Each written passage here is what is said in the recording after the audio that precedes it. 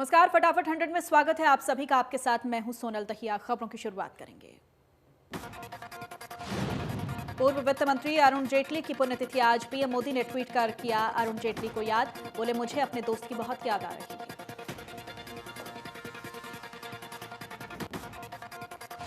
गृह मंत्री अमित शाह ने भी अरुण जेटली को याद किया। बोले, भारतीय राजनीति में उनके जैसा कोई नहीं। बीजेपी अध्यक्ष जेपी नड्डा ने अरुण जेटली की पुण्यतिथि पर श्रद्धांजलि दी। बोले, आपका योगदान हमेशा याद रहेगा।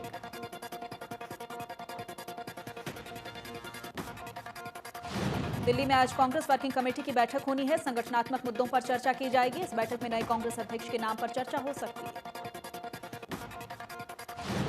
बता दें कि सोनिया गांधी कांग्रेस के अंतरिम अध्यक्ष के पद को छोड़ सकती हैं। लंबे वक्त से कांग्रेस में पूर्णकालिक अध्यक्ष पद की मांग चल रही है। सोनिया गांधी बतौर अंतरिम अध्यक्ष 1 साल का कार्यकाल पूरा कर चुकी हैं।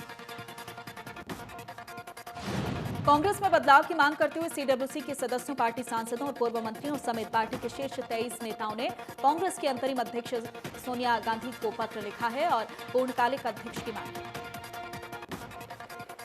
वहीं यूथ कांग्रेस ने राहुल गांधी को फिर से कांग्रेस अध्यक्ष बनाने की मांग की है। यूथ कांग्रेस के अलावा कई और वरिष्ठ नेताओं ने भी राहुल को फिर से कमान देने का समर्थन किया है।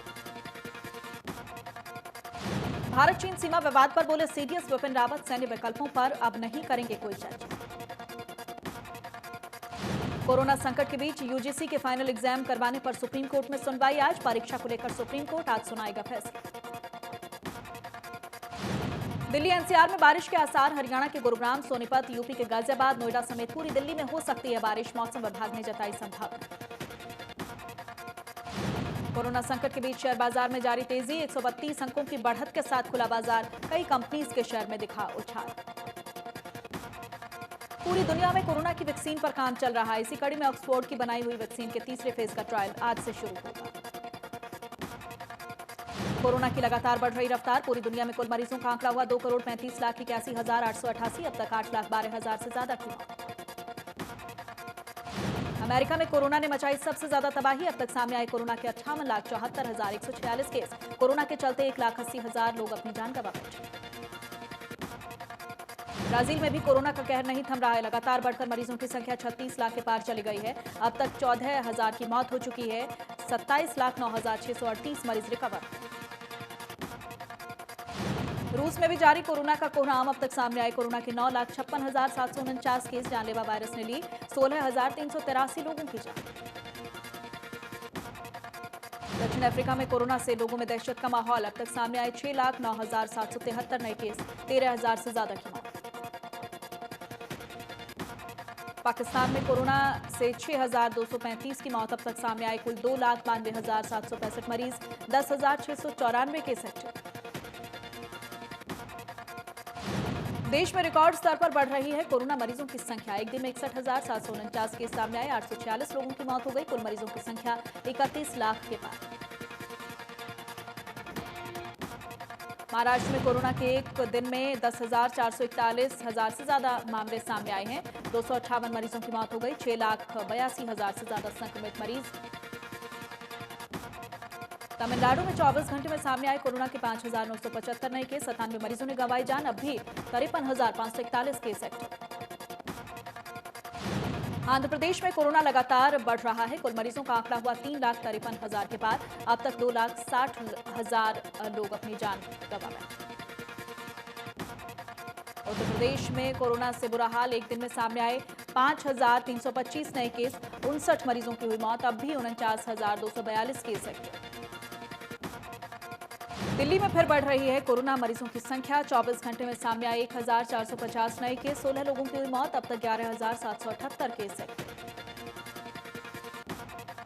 राजस्थान में भी जारी है कोरोना की तबाही। एक दिन में मिले 1,345 नए केस। कुल मरीजों की संख्या हुई 70,609। अब तक 955 की मौत।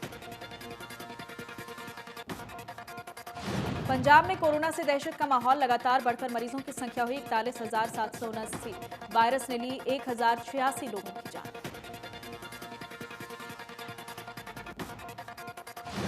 हरियाणा में एक दिन में 1,000 से ज्यादा कोरोना संक्रमित केस सामने आए हैं। एक दिन में करीब 6 मरीजों की मौत हो गई है। 809 से ज्यादा मरीज रिकवर हुए।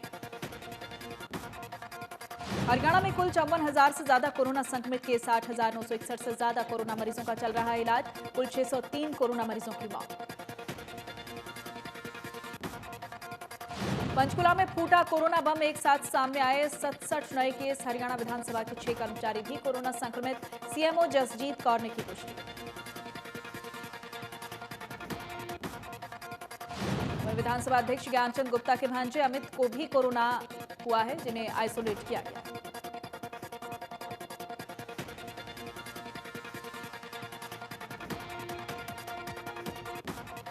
पंचकुला के सेक्टर 5 में महिला थाने में तैनात शहर की इकलौती महिला एसीपी कोरोना रिपोर्ट पॉजिटिव पाई गई है, जिसके बाद स्वास्थ्य विभाग की टीम एसीपी के संपर्क में आए लोगों की लिस्ट बना रही है। अंबाला में कोरोना सेंटर से कैदी के फरार होने का मामला सामने आया है। बता दें कि फरार कैदी हत्या जैसे कई मामलों में आरोपी था, जो अंबाला की सेंट्रल जेल में बंद था। सेंट्रल जेल में कैदी की कोरोना रिपोर्ट पॉजिटिव आई थी, जिसके बाद उसे कोविड सेंटर लाया गया, जहां से कैदी खिड़की की ग्रिल तोड़कर वहां से फरार हो गया। कैदी के फरार होने से प्रशासन में हड़कंप मच गया है, जिसकी तलाश में पुलिस की कई टीमें जुटी हुई। करनाल में कोरोना के 47 नए केस मिले। सेक्टर 4 और 7 से केस सामने आए हैं। साथ ही मरीजों को आइसोलेट करने की प्रक्रिया शुरू कर दी गई है। ट्रैवल हिस्ट्री जांचने में जुटा है विभाग। सिरसा में कोरोना की रफ्तार थमने का नाम नहीं ले रही है। कोरोना के 26 नए मरीज मिले। नूंह में कोरोना संक्रमण किस हद तक फैला और संक्रमण से लड़ने की शरीर में प्रतिरोधक क्षमता कितनी है, इसे जांचने के लिए सीरो सर्विलांस प्रोग्राम की मदद से एलाइजा किट से जिले भर से तकरीबन 842 सैंपल लेकर स्वास्थ्य विभाग ने जांच के लिए भेजे। जिला नोडल अधिकारी ने बताया है कि इसके बाद इस बात का पता लगाया जा सकेगा कि जिन लोगों में कोरोना हुआ है वो बिना पॉजिटिव आई या बिना पता चले ठीक हो गए हैं, उनमें एंटीबॉडीज किस तरह से डेवलप हुई। सीएम मनोहर लाल ने मनु भाकर को अर्जुन अवार्ड के लिए चयनित होने पर बधाई दी है। ट्वीट किया है कि आपने अपनी कड़ी मेहनत और लगन से इतने कम समय में शूटिंग के क्षेत्र में देश विदेश में कई कीर्तिमान रच दिए हैं। देश प्रदेश वासियों को गौरवान्वित किया है। भविष्य के लिए शुभकामनाएं। भारतीय महिला हॉकी टीम में मिडफील्डर दीपिका ठाकुर को भी सीएम मनोहर लाल ने अर्जुन अवार्ड के लिए बधाई दी है। ट्वीट किया है कि अपने खेल से देश प्रदेश का नाम रोशन करती रहें, यही ईश्वर से कामना है। बॉक्सर मनीष को बधाई देते हुए सीएम ने ट्वीट किया है कि बधाई और शुभकामनाएं। आप जैसे युवा मुक्केबाजों की बदौलत भारत की अंतर्राष्ट्रीय स्तर पर एक अलग पहचान बनी है। ये पुरस्कार आपको नए कीर्तिमान स्थापित करने के लिए प्रेरित करेगा। भारतीय कबड्डी टीम के पूर्व कप्तान और हरियाणा टीम के कोच कृष्ण कुमार हुड्डा का चयन द्रोणाचार्य पुरस्कार के लिए किए जाने पर सीएम ने बधाई दी है। ट्वीट किया है कि आपके नेतृत्व में भारतीय कबड्डी टीम ने दुनिया में अपनी धाक जमाई है। सीएम मनोहर लाल ने भारतीय कबड्डी टीम के बेहतरीन खिलाड़ी और हरियाणा के लाल दीपक हुड्डा को अर्जुन अवार्ड के लिए शुभकामनाएं दी हैं। ट्वीट किया है कि आपकी इस उपलब्धि पर समस्त प्रदेशवासियों को गर्व है। इससे प्रदेश में बाकी खिलाड़ियों को प्रेरणा मिलेगी। रानी रामपाल को राजीव गांधी खेल रत्न पुरस्कार मिलने की सूचना से कुरुक्षेत्र में उनके घर में खुशी का माहौल है। खेल मंत्री संदीप सिंह ने रानी को बधाई दी। माता पिता ने कहा कि ये गौरव का दिन है। रोहतक बीजेपी प्रदेश कार्यालय में नवनियुक्त जिला अध्यक्षों की बैठक में प्रदेश अध्यक्ष ओपी धनखड़ और संगठन मंत्री सुरेश भट्ट मौजूद रहे। नवनियुक्त जिला अध्यक्षों के साथ पहली बार बैठक हुई। बैठक में संगठन को मजबूत करने के साथ ही बड़ौदा उपचुनाव को लेकर चर्चा की गई। बड़ौदा उपचुनाव पर धनखड़ ने कहा कि कांग्रेस के लिए चुनौती बीजेपी के लिए अवसर है, जो उपलब्धि में बदलेगा। उन्होंने कहा कि बैठक संगठनात्मक स्तर से पार्टी को मजबूत करने की दिशा में पहला कदम है। बीजेपी प्रदेश अध्यक्ष ओपी धनखड़ ने कहा कि कृषि क्षेत्र में लाए गए अध्यादेश किसी भी सूरत में वापस नहीं होंगे। कृषि क्षेत्र में 3 अध्यादेशों पर एक बार फिर से राज्यसभा सांसद दीपेंद्र हुड्डा ने सवाल उठाए। कहा कि अध्यादेश किसानों के हित में नहीं है। मंडी को छोड़कर अगर कोई भी फसल को खरीदता है तो उसमें एमएसपी लागू किया जाना चाहिए। गृह मंत्री अनिल विज ने अंबाला छावनी में करोड़ों की लागत से बन रहे सुभाष पार्क का निरीक्षण किया है। मौके पर मौजूद अधिकारियों को दिशा निर्देश दिए हैं। बताया कि उम्मीद है कि अक्टूबर आखिर तक पार्क का निर्माण पूरा हो जाएगा। अनिल विज ने राहुल गांधी की तुलना हारे हुए जुआरी से कर डाली। कहा कि राहुल गांधी भटक गए हैं, इनकी कोई नहीं सुनता। ये सभी जगह हार चुके हैं और हारा हुआ जुआरी हमेशा बहकी बहकी बात करता है। लॉकडाउन के दौरान शराब के ठेके खोले जाने पर गृह मंत्री ने कहा है कि ठेके खोलने या बंद करने का फैसला सभी जिले के उपायुक्तों पर छोड़ा गया है। विधानसभा के डिप्टी स्पीकर रणबीर गंगवा ने बरोदा हलके के चिड़ाना गांव में नवनिर्मित प्रजापति चौपाल का लोकार्पण किया है। चौपाल के लिए 11 लाख रुपए की अनुदान राशि भेंट करने की घोषणा की है। रणबीर गंगवा ने इस दौरान ग्रामीणों की ओर से सौंपे गए मांग पत्र में शामिल मांगों को पूरा करवाने के लिए मौके पर पदाधिकारियों को निर्देश दिए हैं। उन्होंने ग्रामीणों को भरोसा दिलवाया है कि गांव की हर मांग को पूरा किया जाएगा। चरखी दादरी में इनेलो ने जन आक्रोश रैली की है। इनेलो नेता अभय चौटाला ने कहा कि इस तरह एसवाईएल नहीं बनेगी, अग्रिम पंक्ति में झंडा उठाकर चलना पड़ेगा, तभी एसवाईएल बनेगी। पूर्व विधानसभा अध्यक्ष कुलदीप शर्मा ने बीएसटी कैंप कार्यालय में कार्यकर्ताओं के साथ बैठक की है। इस बैठक में उन्होंने बरोदा उपचुनाव में ज्यादा से ज्यादा सहयोग करने की अपील की है। कुलदीप शर्मा ने कहा कि गन्नौर की सड़कें टूटी हुई हैं, शहर में धूल उठ रही है, स्ट्रीट लाइट बंद पड़ी है, अब तक कोई भी विकास कार्य यहां पर नहीं हुआ है। पलवल की कोविड-19 महामारी के दौरान थैलेसीमिया से पीड़ित बच्चों के लिए रक्त का संकट गहरा गया है। थैलेसीमिया से पीड़ित बच्चों को रक्त उपलब्ध करवाने के लिए रक्तदान शिविर लगाया गया। सेवा समिति के अध्यक्ष ने बताया कि रक्तदान शिविर में करीब 80 यूनिट रक्त इकट्ठा किया गया है, जिसके लिए वो रक्तदान शिविर में भाग लेने वाले सभी रक्तदाताओं का धन्यवाद करते हैं। विश्व हिंदू परिषद के कार्यकारी अध्यक्ष ने वाल्मीकि मंदिर परिसर में हिंदू समरसता को समर्पित हॉल की नींव का पत्थर रखा है। कहा है कि मंदिर परिसर में बनने वाला हॉल गोहाना में सबसे बड़ा और सुंदर हॉल बनेगा। राम मंदिर के निर्माण को लेकर कार्यकारी अध्यक्ष ने कहा है कि राम मंदिर के साथ हनुमान और वाल्मीकि का मंदिर बनाया जाएगा। किसी में ताकत नहीं कि निर्माण को रोक सके, मंदिर गिराए जाने का सवाल ही नहीं। करनाल में पीटीआई टीचर्स की परीक्षा को लेकर काफी कड़े बंदोबस्त किए गए हैं। अभ्यर्थियों के जूते उतरवाकर चेकिंग की गई। नकल पर नकेल के लिए एग्जाम सेंटर पर 20 ड्यूटी मजिस्ट्रेट भी तैनात किए गए। किसी भी अभ्यर्थी को परीक्षा केंद्र में मोबाइल, कागज, पेन ले जाने की अनुमति नहीं थी। साथ ही कोविड-19 को लेकर भी सावधानियां देखने को मिली हैं। हरियाणा कर्मचारी चयन आयोग ने पीटीआई परीक्षा के लिए कुरुक्षेत्र में 20 केंद्र बनाए हैं। 2000 परीक्षार्थियों के लिए पुख्ता इंतजाम किए गए। परीक्षा केंद्रों पर ड्यूटी मजिस्ट्रेट भी नियुक्त किए गए। परीक्षा केंद्रों को कोविड-19 नियमावली के तहत सैनिटाइज करवाया गया। इसके अलावा बिना मास्क से के प्रवेश वर्जित रहा है। थर्मल स्क्रीनिंग करके ही परीक्षार्थियों को परीक्षा केंद्र में प्रवेश दिया जाएगा। कैथल में पीटीआई भर्ती परीक्षा देने पहुंचे अभ्यर्थी काफी खुश नजर आए। उन्होंने सरकार को धन्यवाद देते हुए कहा कि 50 साल की उम्र में उन्हें परीक्षा देने का मौका दिया गया है, जिससे वो बेहद खुश हैं। कैथल में 14 परीक्षा केंद्रों पर करीब 1400 परीक्षार्थियों ने एग्जाम दिया है। परीक्षा केंद्रों में 100 परीक्षार्थियों को परीक्षा देने की अनुमति दी गई थी। पानीपत में हरियाणा कर्मचारी आयोग की परीक्षा को लेकर पुलिस ने कड़े बंदोबस्त किए हैं। परीक्षार्थियों को कोविड-19 के नियमों की पालना करते हुए परीक्षा सेंटर में प्रवेश करने दिया गया है। कड़ी चेकिंग के बाद उन्हें प्रवेश मिला है। कोविड-19 के चलते इस बार परीक्षा केंद्रों में परीक्षार्थियों के बैठने की क्षमता 100 रखी गई है, जबकि पहले 200 से 300 होती थी। पानीपत में परीक्षा के लिए 21 केंद्र बनाए गए हैं। 2100 परीक्षार्थियों ने परीक्षा दी है। ऑनलाइन ट्रांसफर प्रणाली के विरोध में गोहाना में आंगनबाड़ी सुपरवाइजर ने इकट्ठा होकर प्रदर्शन किया है। गोहाना विधायक जगबीर मलिक के निवास पर पहुंचकर विधायकों को ज्ञापन सौंपा गया है। ऑनलाइन ट्रांसफर प्रणाली को रद्द करने की मांग करते हुए आंगनबाड़ी सुपरवाइजर ने कहा कि ऑनलाइन ट्रांसफर प्रणाली के बारे में ज्यादा जानकारी नहीं होने के चलते फॉर्म गलत भरे गए हैं। उन्हें दूर दूर स्टेशन मिले हैं और परेशानी हुई। गुरुग्राम की गडौली के पास सेक्टर 36B में अभी भी बारिश का पानी भरा हुआ है। यही नहीं, खाली खेतों के साथ यहां बनी इमारतों में भी पानी भरा हुआ है। नाला ओवरफ्लो होने के कारण स्कूल में भी पानी भरा हुआ है।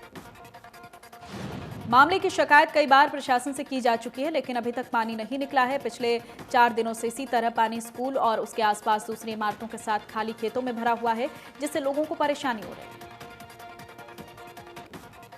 जुलाना में एक सामाजिक संस्था ने लोगों की जरूरतों को देखते हुए अपनी रसोई शुरू की है और जरूरतमंद लोगों के पेट भरने के लिए सामाजिक संस्था मेरा प्रयास ने ये पहल की है। इसमें जरूरतमंद लोगों को मुफ्त में भोजन उपलब्ध करवाया जाएगा। साथ ही अन्य लोगों के लिए भी रसोई में भोजन की व्यवस्था की गई है। सामान्य व्यक्ति 20 रुपए में भरपेट खाना खा सकेगा।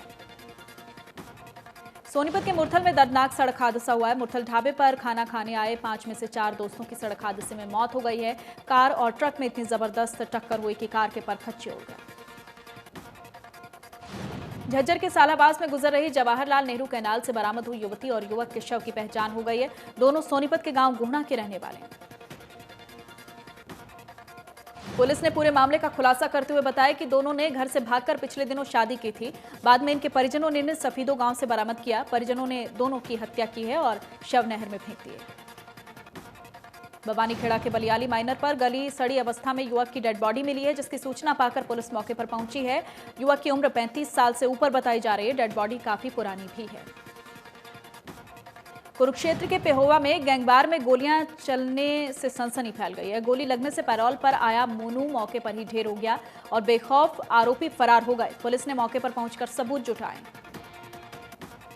जांच अधिकारी ने बताया कि आपसी गैंगवार का नतीजा हो सकता है। कुछ दिन पहले भाई के घर पर सोनू पर हमला हुआ था, जिसमें 2 आरोपियों को गिरफ्तार भी किया गया। एक आरोपी फरार चल रहा है।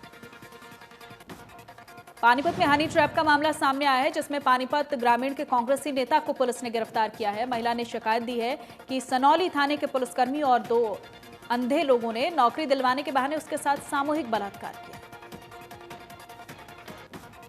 छानबीन करने पर मामला कुछ और ही निकला। महिला तीनों को हनी ट्रैप में फंसाकर लाखों रुपए ऐंठना चाहती थी। करीब 15 लाख समझौते के तहत मांगे गए थे। कांग्रेसी नेता समझौता करवाने में शामिल था।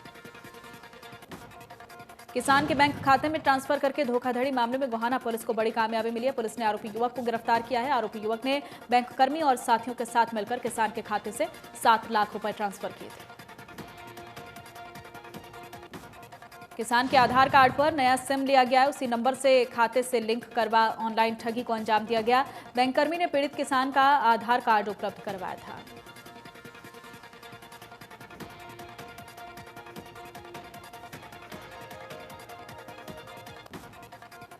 रेवाड़ी के जेलन नहर में नवजात बच्ची का शव मिला है। चश्मदीदों की सूचना के बाद पुलिस ने मौके पर पहुंचकर शव को बरामद किया है। पुलिस ने मामले में अज्ञात के खिलाफ मामला दर्ज कर जांच शुरू की।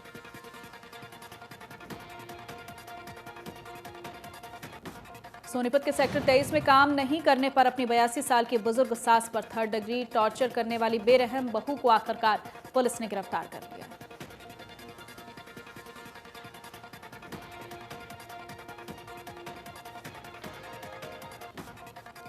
पीड़ित बुजुर्ग कई दिन से गोहाना रोड पुलिस चौकी के बाहर मदद की गुहार लगा रही थी, लेकिन अभी तक पुलिस वालों ने भी पीड़ित बुजुर्ग की कोई मदद नहीं की।